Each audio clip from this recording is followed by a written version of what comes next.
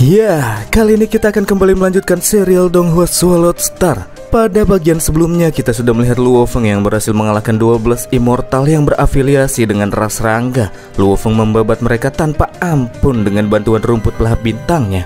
Gak cuma itu, Luo Feng bahkan mengalahkan salah satu Marquis Immortal yang terdapat di Pulau Kabut Pasir, Panya. Luo Feng mengerahkan tubuh behemothnya untuk bisa meraih kemenangan. Sebelum memasuki benua utama Yanji dan meninggalkan Pulau Kabut Pasir, Luo Feng diminta sama gurunya untuk mengembangkan dan menciptakan jurus baru.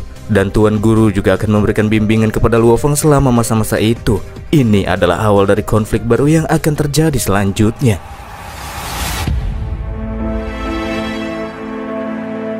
Ceritanya ribuan tahun telah berlalu di Pulau Kabut Pasir dan Luo Feng sudah bisa melihat teknik baru miliknya yang mulai terbentuk. Teknik ultimate Luo Feng tersebut merupakan teknik menyerang dengan behemoth dan sayap Shiwu. Namun bisa juga digunakan sebagai serangan berpedang. Luo Feng merasa teknik tersebut bakalan sangat bermanfaat untuk kedepannya. Tentu saja untuk menciptakannya terbilang cukup sulit dan bukan sekedar pekerjaan satu hari jadi, di mana Luo Feng juga membutuhkan terobosan dalam pikirannya. Makanya sambil Luo Feng berlatih, dia juga langsung terjun ke lapangan medan pertarungan untuk menguji teknik yang masih dalam masa pengembangan. Ribuan tahun ini Luo Feng bertarung di Pulau Kabut Pasir dengan mengandalkan behemoth dan sayap Shiwu. Yang diketahui oleh para pejuang di Pulau Kabut Pasir, behemoth mendapatkan julukan sebagai Silver Wing King, monster misterius dengan kekuatan tingkat Immortal King yang sama sekali belum pernah berkonflik dengan pihak manusia. Namun bagi para pejuang tingkat Marquis yang berasal dari ras demon, ras Rangga, dan ras mesin, Silver Wing King merupakan momok yang begitu mengerikan. Banyak dari mereka yang mokat di bawah kekuatan serangan sayap peraknya, sehingga umat manusia menganggapnya sebagai keberuntungan yang memberikan bantuan kepada mereka. Luo Feng mengingat di sepanjang perjalanannya dia selalu melangkah dengan keyakinan penuh dari dalam hatinya. Tekad kuat untuk melindungi orang-orang di sekitarnya, Luo Feng yakini akan menjadi jembatan untuk dapat menciptakan teknik ultimate barunya. Ketika tenggelam di dalam pikirannya, Luo Feng sempat mengingat perkataan Tuan Guru yang pernah mengatakan jika teknik yang Luo Feng ciptakan hanya akan cocok bagi dirinya, meskipun hanya menciptakan satu teknik, dan sebagai awalan itu sudah cukup untuk penggunaan Luo Feng selama beberapa waktu ke depan. Tuan Guru bertanya apa nama teknik baru yang Luo Feng buat itu. Kalau bicara terkait dengan nama, Luo Feng dapat inspirasi dari orang-orang bumi, lebih tepatnya orang Cina yang sering menitipkan harapan pada bulan purnama. Dan setelah Luo Feng merenungkan kembali tujuan awal di saat dirinya menempuh perjalanan baku hantam sebagai pejuang yang terasa seperti sebuah mimpi, meskipun telah melalui waktu-waktu yang sangat panjang, namun keyakinan Luo Feng masih belum berubah. Makanya Luo Feng memutuskan untuk memberi nama teknik ciptaannya itu teknik Bright Moon yang akhirnya telah berhasil diselesaikan.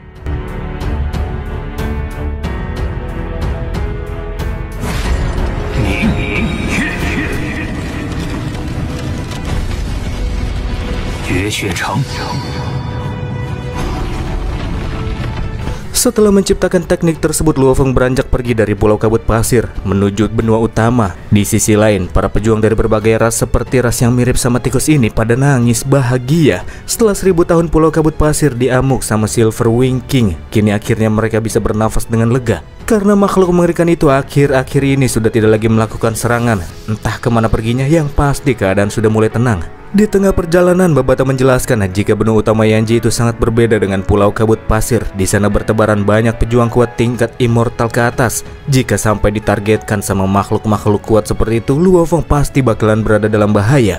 Gak apa-apa, kata Luo Feng. Beberapa harta yang sebelumnya Luo Feng dapatkan memberikan petunjuk kalau Luo Feng memang harus masuk ke benua utama Yanji. Jadi meskipun berbahaya, Luo Feng harus tetap melakukannya. Setelah memasuki benua utama menuju pangkalan manusia, Luo Feng yang kini ada di sekitar pangkalan bisa melihat ukiran aneh pada sebuah dinding gerbang raksasa. Para penduduk asli dari benua Yanji ini sebenarnya sudah musnah jutaan tahun yang lalu, namun beberapa ukiran yang mereka tinggalkan cukup misterius dan mengandung kekuatan samar yang masih belum bisa terpecahkan. Di masa lalu ketika medan perang ketujuh ini dibuka, pejuang kuat dari 4 ras puncak datang untuk menyapu bersih benua Yanji. Dan karena tidak bisa melakukan perlawanan, pada akhirnya suku Yanji menyembunyikan harta karun mereka di berbagai menara suci dan menggunakannya sebagai tempat perlindungan. Tapi kebanyakan menara suci berhasil diambil alih oleh berbagai ras, walaupun tempatnya sangat tersembunyi. Menurut informasi yang didapatkan oleh manusia, lebih dari 10 menara suci yang ditemukan sebelumnya telah kosong. Hartanya sudah diambil oleh para penginvasi. Sedangkan untuk menara suci yang lokasinya paling tersembunyi masih belum bisa ditemukan. Bahkan sosok dengan kekuatan deteksi universe venerable saja sekalipun tidak bisa menemukannya. Entah itu lokasi maupun cara untuk membuka menara suci tersembunyi, semuanya masih belum diketahui. Karena belum punya informasi apapun, Luo Feng akan terus menjelajahi benua Yanji. Dia yakin jika petunjuk yang mengarah pada menara suci tersembunyi pasti bakalan muncul cepat atau lambat.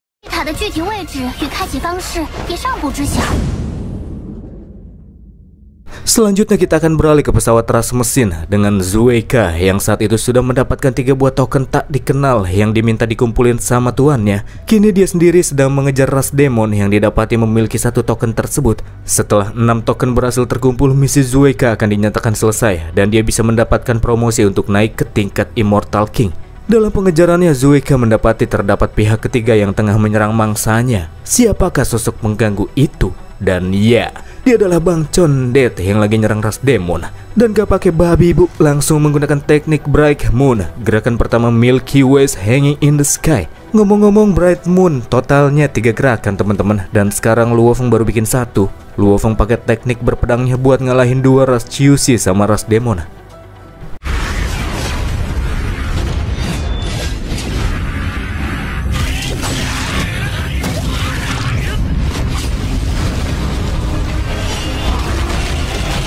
Namun di tengah pertarungannya, dari langit turun tembakan laser secara tiba-tiba membuat ras demon hancur. Sementara Luo Feng, dia berhasil bertahan dengan menggunakan Tameng Beast God Armament.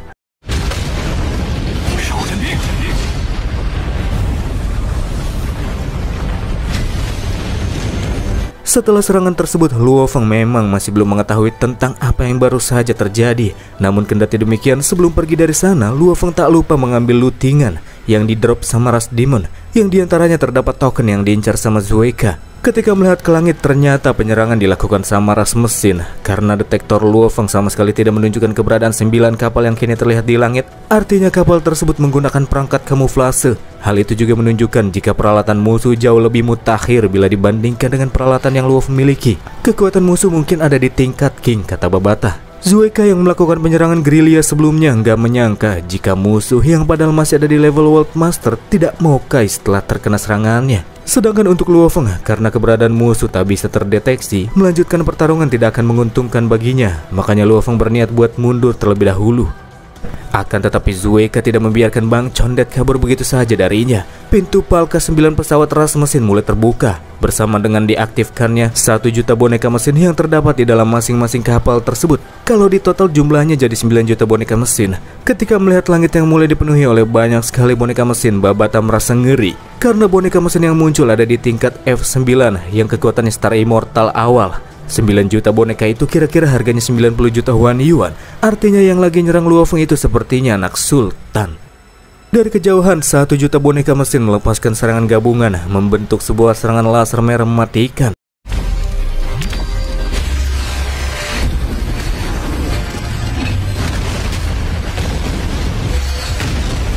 Sambil terus menghindar dari serangan yang datang, Luo Feng sadar jika dirinya hanya mengandalkan perisai dewa binatangnya dan armornya itu tidak akan bertahan lama.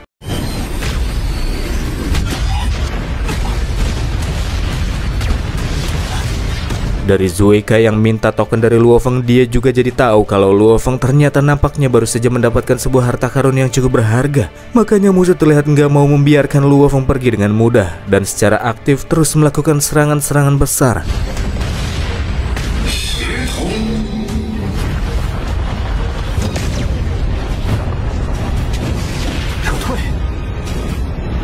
Sembilan juta boneka F9 yang ada di langit juga membentuk formasi melingkar. Ke arah manapun Luo Feng bergerak, musuh akan ikut bergerak demi menjaga jaraknya dengan target yang bisa diserang kapan saja. Sebagai boneka mereka bergerak secara fleksibel dan begitu dinamis. Luo Feng yang terus-menerus menghindari serangan jarak jauh mulai merasa jengkel. Merasa jika metode yang digunakan oleh ras mesin begitu pengecut.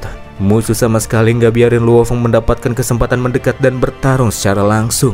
Di sisi lain, setelah melepaskan serangan secara berkala, Zueika cukup terpana sama Luo Feng yang masih belum juga kena serangannya. Padahal masih World Master. Padahal setiap serangan yang dilepaskan sama para bonekanya itu serangan yang bisa menumbangkan pejuang Immortal Marquis. Hal ini semakin membuktikan jika Luo Feng bukan World Master biasa. Makanya mulai dari sini Zueka bakalan lebih serius dari sebelumnya. Dia sedikit mengubah gaya metode serangan, di mana para boneka mesin mulai melakukan pergerakan semakin dekat, menyempitkan jaraknya kepada Luo Feng, seakan seperti sedang membentuk sebuah sangkar yang membuat Luo Feng gak bisa kemana-mana. Sebelum akhirnya para boneka itu melepaskan kembali serangan-serangan gabungan.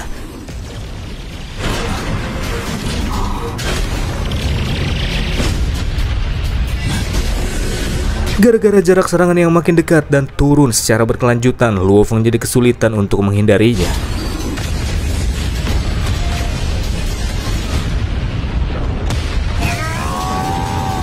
Sadar jika target masih belum tumbang, Zueka mengatur agar boneka mesinnya berubah ke mode flame, di mana 9 juta boneka mesin itu kali ini menyerang dengan menggunakan tebasan pedang membentuk sabit yang mengandung hukum api. Serangan yang cukup bombastis dan Zueka yakin pasti itu akan membawanya pada kemenangan.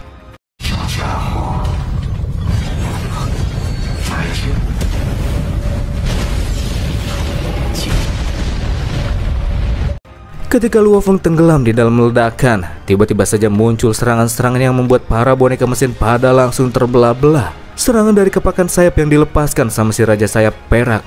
Monster kuat tersebut mulai mengamuk, bergerak untuk mencabik-cabik para boneka mesin. Zueka kembali dibuat heran dengan Luo Feng yang bisa-bisanya menjadikan Silver Wing King sebagai bodyguardnya. Sebenarnya siapa sih sosok World Master ini? Pikir Zueka. Daripada menanggung banyak kerugian, ras mesin satu itu mengatur agar para boneka mesinnya bergerak mundur. Tak membiarkannya begitu saja, Behemoth bergerak semakin cepat, menyerang secara barbar, membuat banyak para boneka mesin tingkat F9 terbelah. Dari pertarungan tersebut yang paling penting ialah Luo Feng sama sekali tidak menyia-nyiakan tubuh boneka mesin yang dia kalahkan. Luo Feng memasukkan tubuh boneka mesin yang rusak ke dalam ruang penyimpanannya. Inilah yang bikin Zueka mulai gelisah.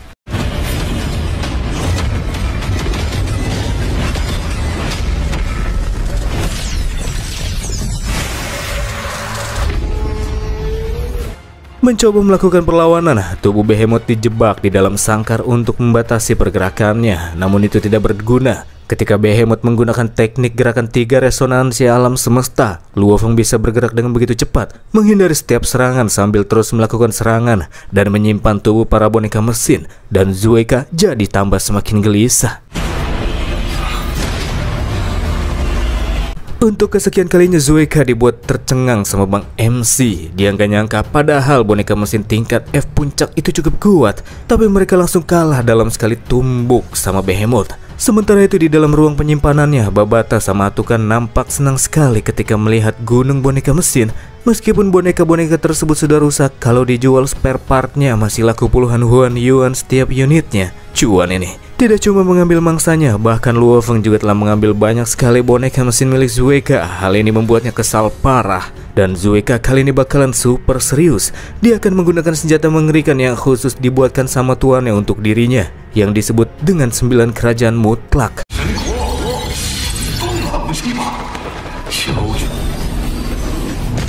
Kapal utama yang digunakan Zueka melepaskan gelombang sinar keunguan yang kemudian saling terhubung dengan 9 kapal mesin yang lagi nyerang Luo Feng, sebelum akhirnya memenjarakan tubuh Behemoth di dalam ruang kubus ungu yang sangat luas.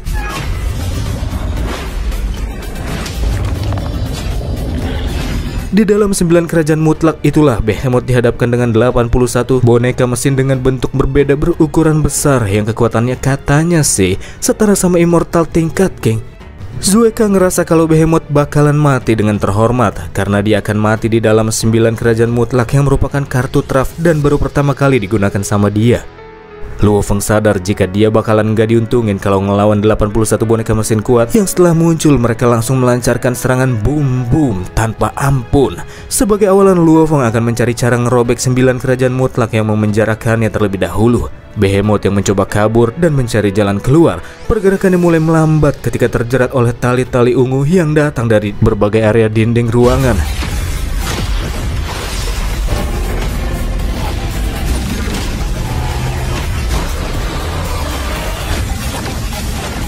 Ketika benar-benar tak bisa bergerak, para boneka mesin mengambil kesempatan untuk menyerang. Mereka berkumpul, membentuk serangan gabungan, bergerak berputar seperti roda gigi tajam yang berusaha memberikan tekanan pada tubuh lawan. Serangan yang cukup kuat, meskipun damage-nya sudah dikurangi dengan sayap siu dan armor, kekuatan tumbukan dari serangan gabungan lawan masih terasa sakit. Sama seperti ketika Behemoth masih telanjang dan belum pakai perlengkapan. Behemoth kini layaknya daging yang akan dicincang halus sama mesin penggiling. Roda-roda gigi boneka mesin memerangkap tubuh Behemoth yang kini sedang mengaktifkan domain sebagai perlindungan. Cara tersebut dilakukan karena Luo Feng lagi bingung bagaimana caranya untuk lolos dari perangkap musuh itu. Ya, bagaimanapun Luo Feng kini harus bertahan. Dia cukup yakin jika metode serangan yang digunakan lawan itu menguras banyak energi dan akan segera mereda. Dan ternyata benar saja, ketika Luo Feng merasakan jika serangan gilingan daging musuh mulai melemah, di saat itulah dia mendapatkan celah untuk membuka dunia batinnya.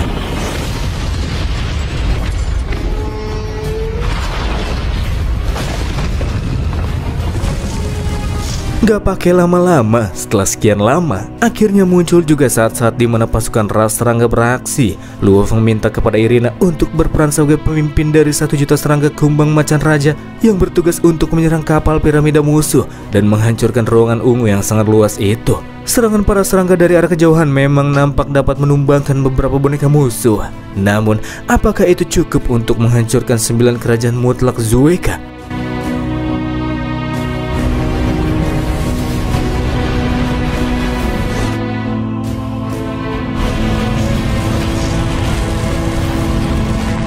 Ternyata sampai di situ saja episode kali ini teman-teman. Nunggu 1 minggu lagi nih. Tapi terima kasih buat kalian yang sudah nonton sampai bagian terakhir. Bye.